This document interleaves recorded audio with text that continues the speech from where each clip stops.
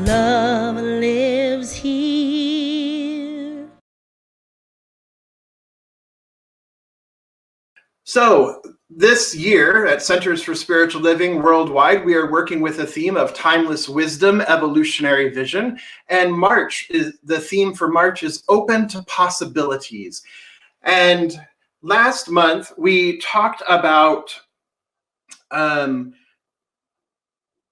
the timeless wisdom piece of the timeless wisdom evolutionary vision. We really anchored into that timeless wisdom that is about oneness, that is about love, that is about freedom, that is the spiritual truth, that is the timeless wisdom of the ages, the timeless wisdom that runs through all of the world's major faith traditions and most of the world's faith traditions, period.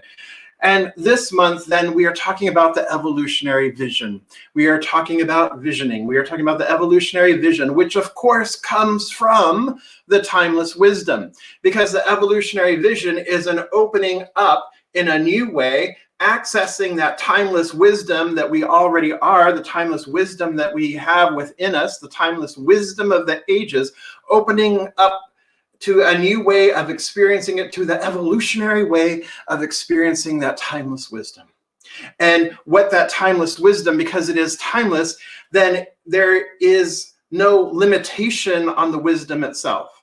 So it continues to unfold, it continues to reveal itself, it continues to evolve through and as us and through and as all of creation. So today we are focused on the topic of living in the question. Living in the question is what we are going to explore today from a visioning perspective. We'll talk about visioning here in a second. Actually, we're going to talk about it now. As you may know, I am the chair of the CSL visioning team. And so this is a subject that I am super duper uber over the top passionate about. And the reason why I'm so passionate about it is because visioning as a spiritual practice, it's one of our spiritual practices, visioning as a spiritual practice is life transforming. It is a transformational practice. It is changed my life immensely. It has changed Ed's life immensely, and it's changed your life immensely as well, I'll have you know. And even though you may not have ever participated in visioning, it's changed your life. How has it changed your life? It's changed your life because,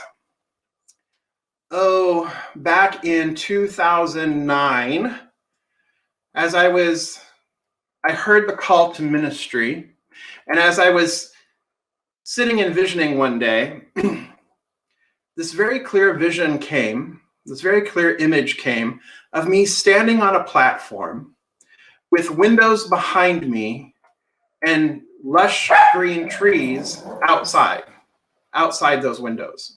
And Oliver obviously has something to say about that as well. He's excited about it too. So with lush green trees out the window, and part of the vision, I heard Ricky Byers' song, Use Me, the song Use Me. And this was back in 2009. But I had this real sense of standing on this platform with these windows and this tree and this beautiful music and looking out into a community that was richly diverse, highly inclusive, that was very active in the community, the larger community that they belonged to. And this was all very, very clear back in 2009. And the feeling that I had was feeling of joy, feeling of elation, and feeling of being home. It felt so home. It felt so right to me. This was the vision. This was the high idea, Spirit's highest idea of myself in ministry. And then you fast forward to 2017, the last Sunday in October, and I was invited to speak at a center in Southern California. And I walked through the doors of the sanctuary, and lo and behold, there before me was a big window with gorgeous trees right outside of it. And the children's choir was practicing their song for the day. It was Use Me by Ricky Byers. And I knew in that moment that I was home. That center is our center, Riverside Center for Spiritual Living. And March 1st, this past March 1st, marks 3 years that I have been in this community as senior minister. Granted, I started as consulting, but in this role, I am living the vision that I saw in 2009. And how am I doing that? I'm doing that by living in the question, by opening up to Spirit's highest idea, not the highest idea that Jeffrey had for his ministry, but Spirit's highest idea of ministry. So visioning not only changed my life, but it changed yours as well. When I came to Riverside, when you invited me into this beloved community to help lead this community. So I am forever grateful to each and every one of you for the love that you have rained down on me and rained down on Ed since that first Sunday back in October 2017 when we walked through the doors. How else has visioning changed my life? Well, Ed and I would not be together without visioning. Ed and I were in a class back in 2010, I believe, and we were randomly chosen to be vision partners. And that's where he and I really developed a much closer relationship. Our friendship really took root in that because we weekly would vision together, vision for each other's lives, and vision for the center. So both of us are richly steeped in this practice. We visioned when it came time to get married. We visioned for the wedding, but we've also visioned for our marriage. And we continue to vision for our marriage. Visioning is still one of the key practices that Ed and I practice together on a regular basis. Visioning changes lives. It changes lives. So really, what is visioning? What is visioning? Visioning is opening up to Spirit's highest idea of itself as you, as your life, or in this case, as a community. Visioning is, we recognize that each one of us is the divine made manifest. We recognize that each one of us is an individualized expression of the divine. We recognize that there's only one mind, and that our mind has access to the one mind because it is inseparable from the one mind. However, we sometimes have this tendency to think of our individual mind as being the sole creator, right? As being the one like, I manifested this, I manifested a car, I demonstrated a house, I manifested a relationship, and that we sometimes will have a tendency to identify with the I, the small I, this I, the I that's Jeffrey, or the I that's anybody else, right? We have a tendency to identify with this individualized I, thinking that we know everything. Or thinking that we create or that we make everything. And it is true, but it's not true to the level or to the degree that we want to think it is. I don't like how that came out. It is true. And there's a greater truth. That's the better way of saying that. The greater truth is that there's the I, the 13 italic font slanted I, that is the I that I am. It is the I that is also that we know to be the divine. And it is that I that is infinite, eternal, expansive, and it is that I that we are in one with, that we are one, that individualizes itself. So rather than thinking that I, Jeffrey, know what's best, I turn within and I listen. I turn within and I live in the question, what does the I, the big, huge, italicized I, what does I, the divine, what is that highest idea rather than the little I's highest idea? What is the big I's highest idea for my life? Because me being informed, me being individualized means there's already a certain amount of limitation, right? There's my physical body, so there's just a certain amount of limitation. Whereas the big I is all encompassing. It is the entire universe. It is beyond that. It is all that there is. So why would the little I think that the little I has all of that information? The little I doesn't have all that information. The little I has access to all that information. Think of it as like going to a library, perhaps, right? You might have some books on your shelves at home, but if you go to the library, you have access to so much more. If you only stick with the book that you have in your home, the ones, maybe it's one book or maybe it's a bookshelf that you have at home, the knowledge is very limited. But if you go to the library, it's more expansive.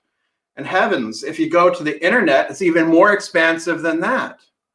Well, what's more expansive than the internet is right within. It is the capital I, it is the divine, it is the one, infinite and eternal, forever expressing itself. So envisioning, in living in the question, we go to the I, the capital I, we go to the divine, we ask Spirit, what is Spirit's highest idea of itself as my life?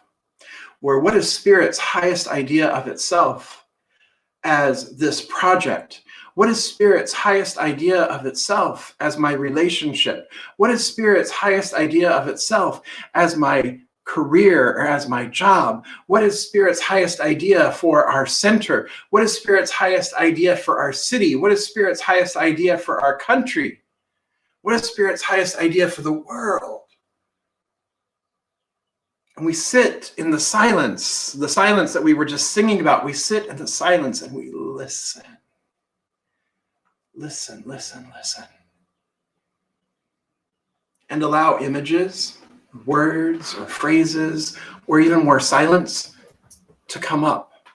Trusting and knowing that living in the question of what is Spirit's highest idea, that it will be answered.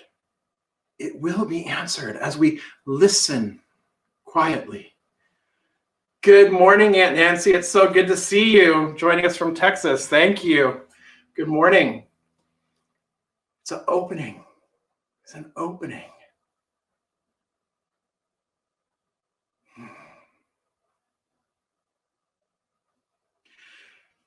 We have another spiritual practice that we use. There's this visioning practice, this quiet visioning practice where we're communing with the divine because we understand that the divine is that we have access. We have access to the direct revelation of the divine. We are not dependent on somebody intervening and being an intercessory or something being intercessory with the divine because we know that the divine lives within each one of us. The Christ consciousness lives within each one of us. The Buddha consciousness lives within each one of us because that is the truth of our being. That is the truth of our very nature. I and my Father are one. That's the truth of our very nature. So we're tapping into that consciousness to receive the high idea of Spirit for our lives. And we have another spiritual practice that we use too sometimes, and that is the practice of visualization.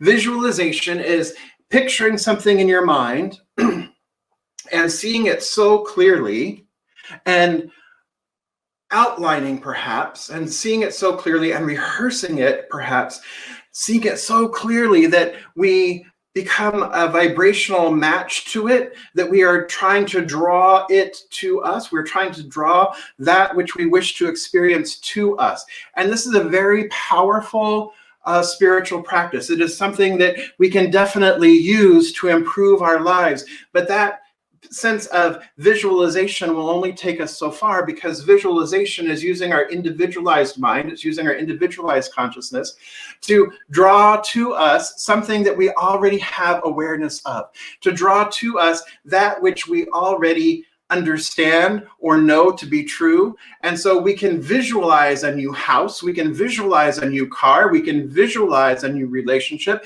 we can visualize more money in our bank account. We can visualize all of those things.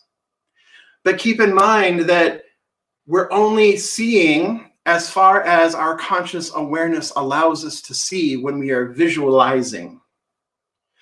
When we are visioning, however, we are opening up to that which is more expansive, beyond what we already have knowledge of, but beyond what we already have conscious knowledge of. And opening up to a higher idea, to a more expansive idea, to God's idea, to the divine's idea. That's what we're opening up to. That's what we are then receiving. And that is far beyond, that far exceeds anything that our conscious minds could conceive of. Far beyond. So when I think about, coming to Riverside, that was something that was far beyond what Jeffrey in 2009 was thinking ministry might look like. Jeffrey in 2009 really was seeing a very traditional church model, was really seeing in 2009 a A-frame structure reminiscent of church in his childhood.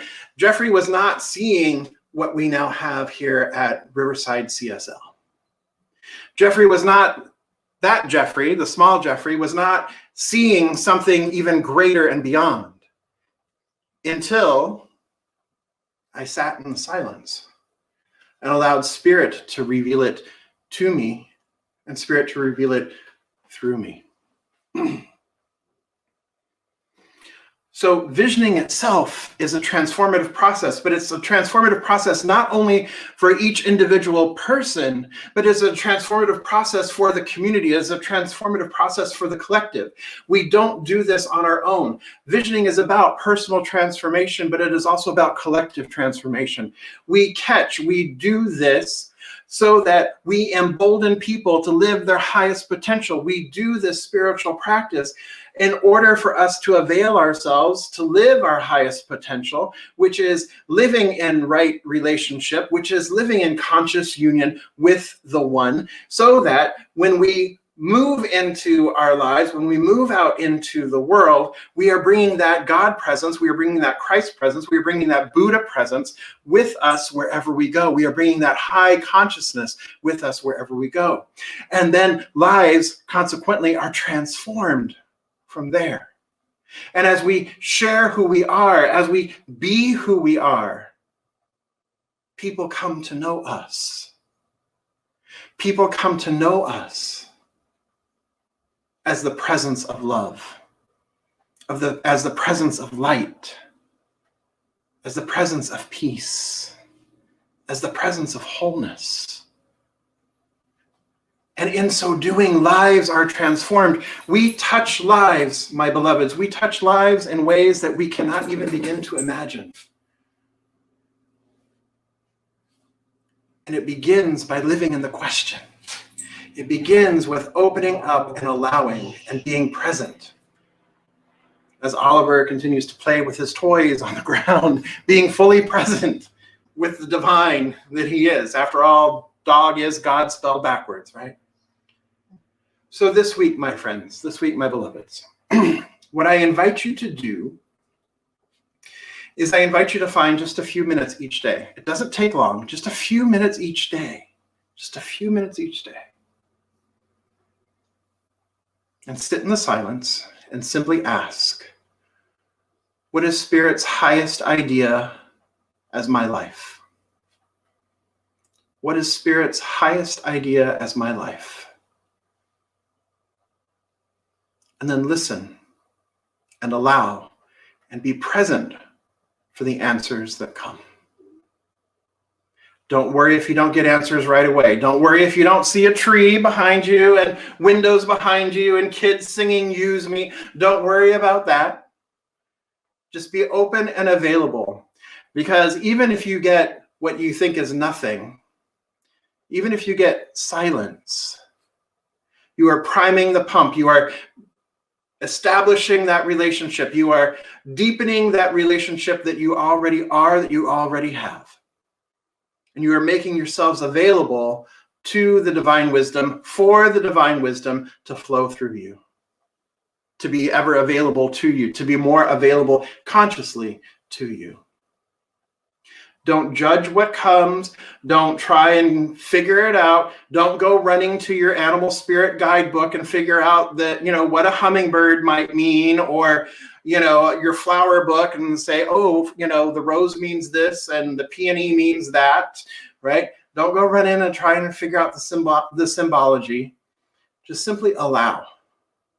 Allow the answers. Allow the wisdom to come.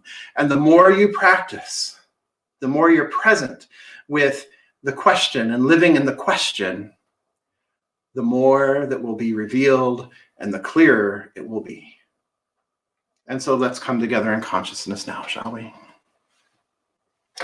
Recognizing right here and right now that there just is one infinite, eternal, one power, one presence, one love. It is the allness, the fullness, the isness that is all of creation, that lives, moves, breathes, and has its being in, through, and as all, and all in, through, and as it. This one we call God, we call love, we call peace, we call wisdom, we call harmony. The Creator and creation itself. And so I recognize that I am one with the one, that the I am is the very who of who I am, is the very essence of my being. That I am inseparable from the one itself. That right where I am, God is. That right where each one is, God is. For we know that God is all that there is.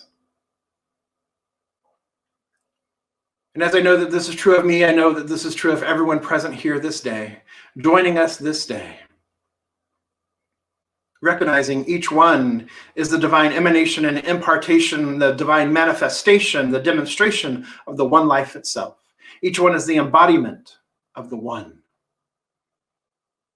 And so I speak my word here and now with complete dominion for this beloved community, Riverside Center for Spiritual Living.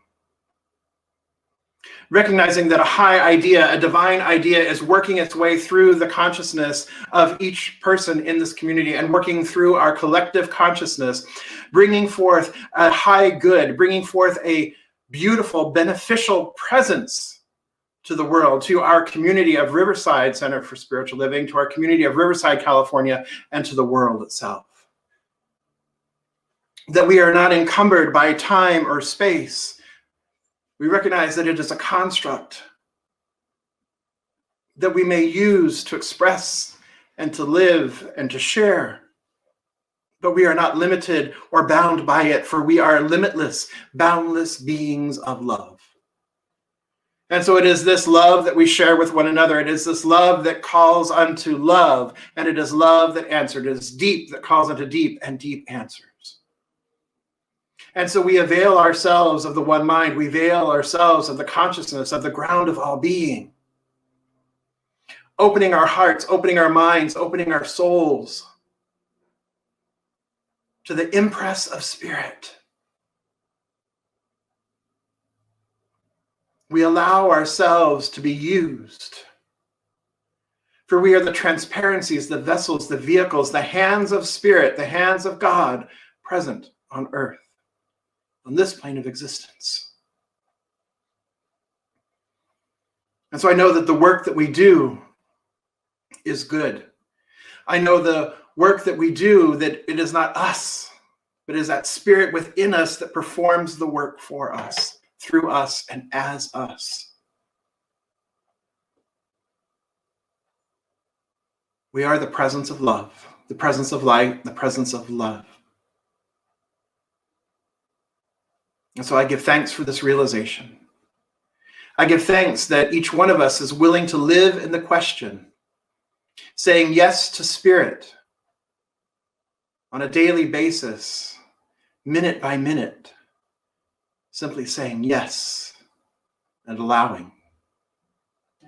And so I release this word now into the law, knowing that it is complete, knowing that it is done. I simply let it be, and together we affirm, and so it is.